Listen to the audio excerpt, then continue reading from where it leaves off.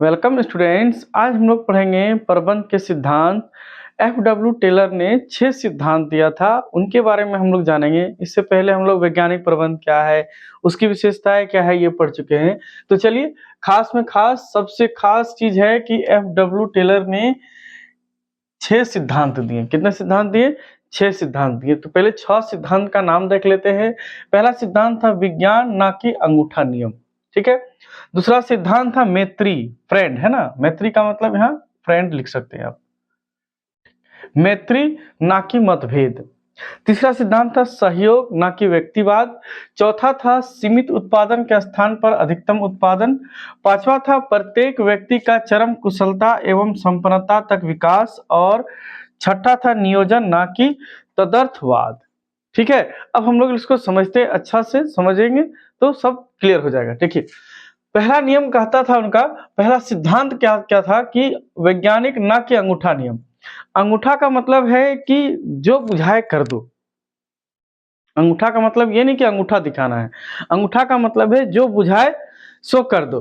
तो देखिए, वैज्ञानिक प्रबंध में प्रत्येक कार्य वैज्ञानिक एवं तर्कपूर्ण पद्धति से किया जाए, ना कि अंगूठा राज्य का बहिष्कार किया जाए।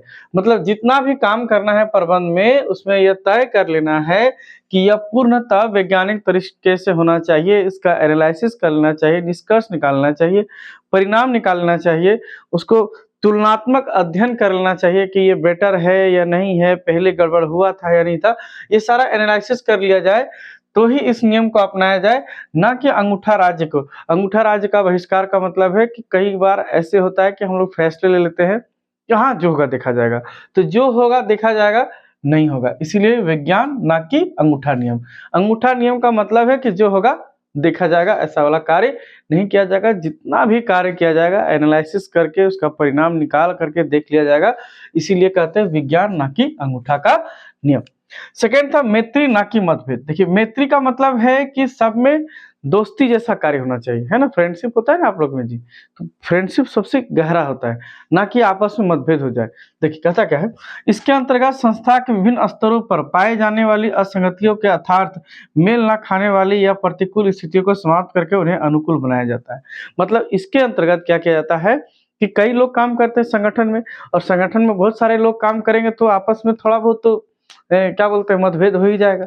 तो कोशिश किया जाता है या वैज्ञानिक पद्धति निकाली जाती है कि लोग ऐसा काम करेगा कि अलग अलग लेवल में काम करेगा, और उनके बीच क्या होगा, जितनी भी असंगति होगी या मेल नहीं रखने वाले जितना भी समस्या होगा उसको समाधान कर लिया जाएगा, और एक दूसरे का क्या करेंगे, अनुकूल बना के एक दूसरे का सपोर्ट करेंगे और एक दूसरे का कार्य करेंगे। इसीलिए कहा जाता है मैत्री ना कि मतभेद। एक दूसरे में कोई मतभेद नहीं होगा, सब एक दूसरे को सपोर्ट करेगा और कार्य को अच्छा से करने का प्रयास करेगा।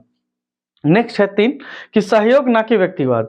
सहयोग मतलब एक दूसरे को सहयोग करना है, कोई भी काम खुद के लिए नहीं करेगा, व्यक्तिवाद नहीं करेगा। इसमें व्यक्तिवाद के स्थान पर सहयोग की भावना को प्रोत्साहित किया जाता है। इसमें मानसिक क्रांति पर बल दिया जाता है। मानसिक क्रांति का मतलब है एक दूसरे को जब लोग मदद करेगा तो एक दूसरे को अपने आप मोटिवेट हो जाएगा। हम आपको मदद कर देंगे पढ़ाई में, तो आप भी अपने आप में खुश हो जाइए कि नहीं, हमको जो है इसका वैज्ञानिक सिद्धांत समझ में आ गया। तो एक दूसरे का सहयोग है, आप देखें तो हमको भी सहयोग हो गया, मेरा एक व्यूअर बढ़ जाएगा, मेरा एक सब्सक्राइबर बढ़ जाएगा, है कि नहीं। तो उसी तरह से है कि सहयोग ना कि व्यक्तिवाद।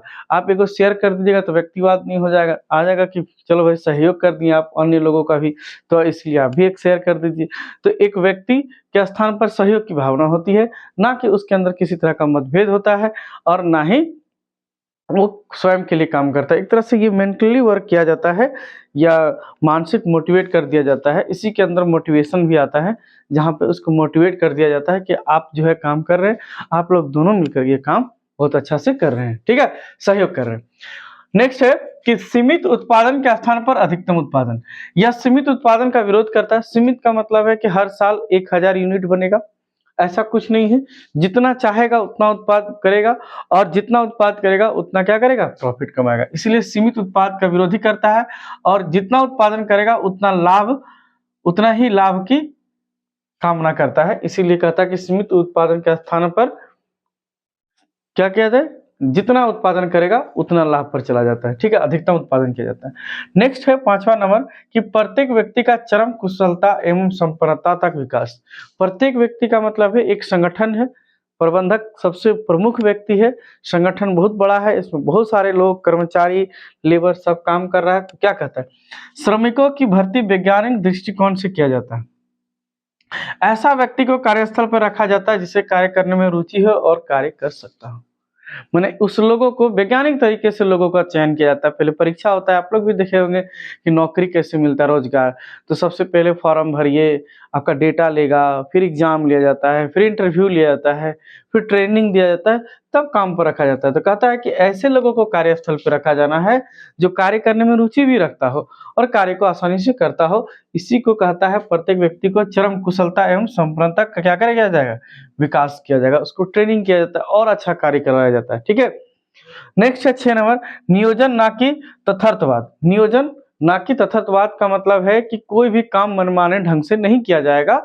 कोई भी काम होगा उसका योजना, कार्यक्रम या नियमों के आधार पर किया जाएगा। देखिए पढ़ के देखिए, इसके अंतर्गत मनमाने ढंग से न कार्य करके निश्चित योजनाओं, कार्यक्रमों तथा नियमों के आधार पर की जानी चाहिए। इसी को कहते हैं नियोजन, ना कि तथार्थवाद। ठीक है, आई होप आपको आज का क्लास समझ में आया होगा। एक बार लाइक कर दीजिए, शेयर कर दीजिए।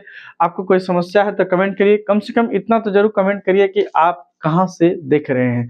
आज के लिए इतना ही। Nice to meet you. जय हिंद। नेक्स्ट वीडियो बहुत जल्द मिलेगा।